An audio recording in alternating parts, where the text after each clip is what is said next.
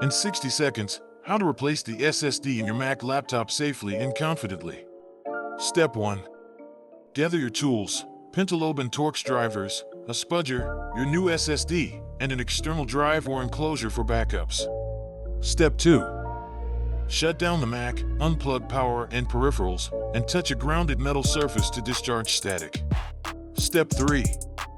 Remove the back cover screws and lift the panel off slowly, keeping screws organized.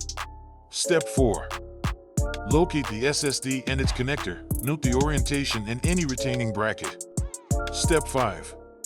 Remove the retaining screw, slide the SSD gently from the connector, and lift it free. Step 6. Install the new SSD, align the connector, insert at a slight angle, then press down until seated. Step 7.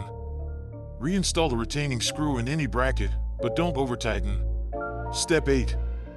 Replace the back cover, return all screws to their original positions, and tighten evenly. Step 9. Connect an external drive and use migration-assisted or cloning software to transfer your data to the new SSD. Step 10.